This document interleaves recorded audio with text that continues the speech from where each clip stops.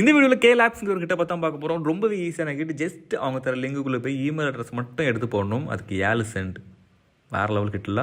Okay, இந்த கிட்ட பற்றி பார்க்குறது போது உங்களுக்கு Mturk ஒர்க் பண்ணி எக்ஸ்பீரியன்ஸ் இருக்குது, உங்களுக்கு ஒரு ஓன் 2 அடி வாங்கணும் நீங்கள் நினச்சிங்களா, டிஸ்பிளே அண்ட் டிஸ்கவுண்ட் இந்த வாட்ஸ்அப் நம்பரை கான்டெக்ட் பண்ணி வாங்கிக்கலாம்.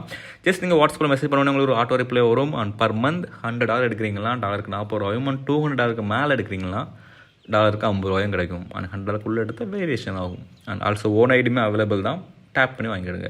ஓகே, இப்போ ஹிட்டை பற்றி பார்க்கலாம். அண்ட் ஆல்ரெடி அந்த ஹிட் அக்செப்ட் பண்ணி தான் வச்சுருக்கிறேன். அண்ட் வீடியோக்காண்டி கொஞ்சம் டிலே.